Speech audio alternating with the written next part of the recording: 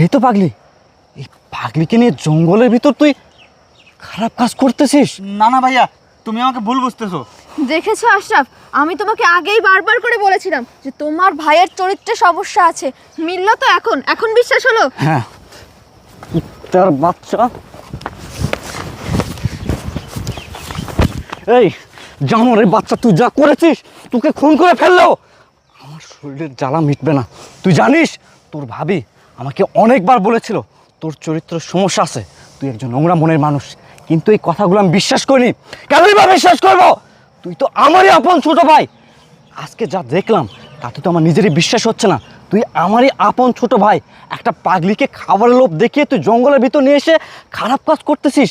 এই দৃশ্য দেখার আগে আমার মন হলো না কেন? এই দৃশ্য দেখার আগে আমার মন হলেই ওঠাই বোধহয় অনেক ভালো হতো। আমি এই দৃশ্য দেখার জন্য মোটেও প্রস্তুত ছিলাম না। আমার ভাবতে অবাক লাগতে